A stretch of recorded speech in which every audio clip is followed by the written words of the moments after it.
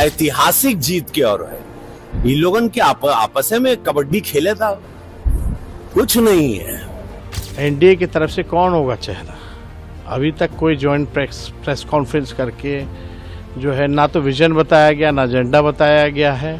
तो दूल्हे के हिसाब से बारात की तैयारी होती है, तो हमारा दूल्हा तो डिसाइड हो गया। एनडीए की बारात सजी हुई है, दूल्हा पे झगड़ा है कि कौन दूल्हा बनेगा। तो सबसे बड़ा सवाल ये है कि बीजेपी नहीं चाहती है कि नीतीश कुमार मुख्यमंत्री बने। कांग्रेस के जमाने से, आजादी के बाद से इस समुदाय को सिर्फ इस्तेमाल किया गया है। तो ये तो तय उनको करना है कि दूल्हा कौन बनाएंगे।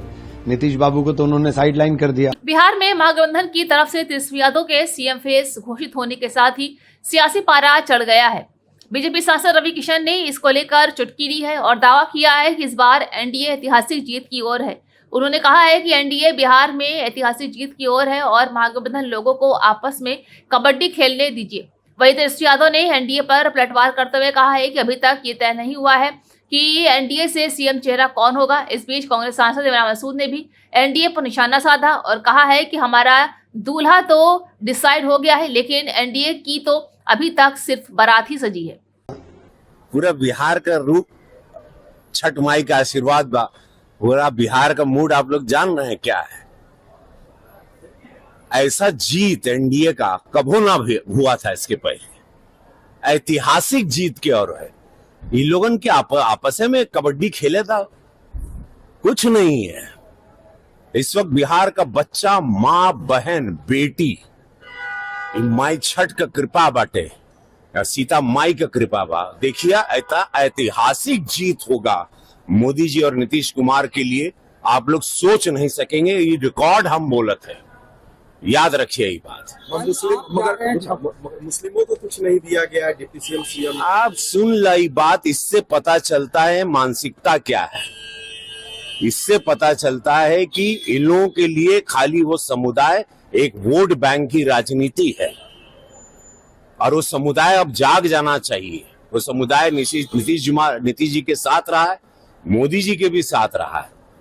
मुस्लिम समुदाय की महिलाओं ने मोदी जी को वोट दिया है, तब ना इतनी सीट मिलती है, तब ना तीसरी बार प्रधानमंत्री बना। वो समुदाय अब जाग जाए। बहुत बड़ा वेकअप कॉल है मुस्लिम समुदाय के लिए कि देख लीजिए, आप लोग सिर्फ वोट के लिए इस्तेमाल होते रहे। कांग्रेस के जमाने से, आजादी के बाद से इस समुदाय को सिर्फ इस्तेमाल किया गया है और अनाज से लेके मकान से लेके सब कुछ प्रधानमंत्री जी और इस सरकार में सुरक्षा व्यवस्था इस समुदाय को पूरा सुरक्षित रखा गया है। लेकिन वोट बैंक, वोट की राजनीति में यह समुदाय बिखर गया। हमेशा हिंदू मुसलमान विरोधियों ने करवाया, भाजपा ने कभी नहीं करवाया। कल आप जा रहे हैं छपरा चुनाव प्रचार में, वहां से आपके छोटे भाई चुनावी मैदान में सारी रैलियां। देखिए, भगवान कृष्ण ने, हमने तो छोटा भाई कहा था किसी को, लेकिन भगवान कृष्ण ने जब कहा, युद्ध चल रहा था महाभारत का, ये प्रकरण पूरे विश्व के सनातनियों को याद है और पूरा बिहारो सुन ले। जब युद्ध चला तो अर्जुन कहा कि ये भगवान, सामने भाई है, चाचा है, परदादा है, काका बा, छोट भाई बा, वो पटीदार है, क्या करे। तो भगवान कृष्ण क्या कहे जब पटीदार, चाचा, काका, भाई, बहन जो भी तुम्हारे समक्ष है युद्ध में, वो अधर्मी हो गया, वो सनातन के खिलाफ हो गया, वो स्वार्थ में चला गया, तब चूको मत, बाण चलेगा। जैसे ही विरोधियों की आवाज जो हुई आज निकल गई कि भाई राम मंदिर का भी विरोध करने लगे। छपरा से आवाज आई, राम मंदिर का विरोध किए कि वहां हॉस्पिटल बनना चाहिए। तो वही विरोधी आज बिहार सुन ला हो, समस्त बिहार से कहते कि मां सीता के मंदिर का भी विरोध हो रहा है। यही विरोध, यही पार्टी, यही विरोधी चेहरे यूपी में भी किए, लेकिन मोदी जी, योगी जी कड़क वहां खड़े रहे। पूरा सनातन धर्म खड़ा रहा। माननीय सुप्रीम कोर्ट ने सब कुछ पक्ष को देखा और वहां भव्य मंदिर 500 साल बाद बना। अब मां जानकी का मंदिर भव्य बनने जा रहा है।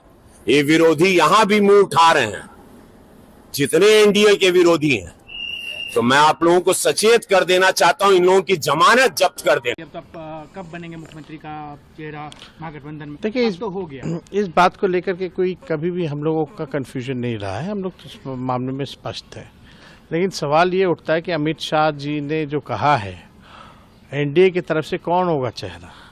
अभी तक कोई जॉइंट प्रेस कॉन्फ्रेंस करके जो है ना तो विजन बताया गया, ना एजेंडा बताया गया है, ना ही सीएम की घोषणा की गई है। और जो अमित शाह जी का जो बयान आया साफ दिखाता है कि नीतीश कुमार को वो मुख्यमंत्री बनाने नहीं जा रहे हैं। ये तो उन्हीं ने बयान दिया है कि भाई जब चुनाव के बाद विधायक जो है वो चुनेंगे कि उनका नेता कौन होगा।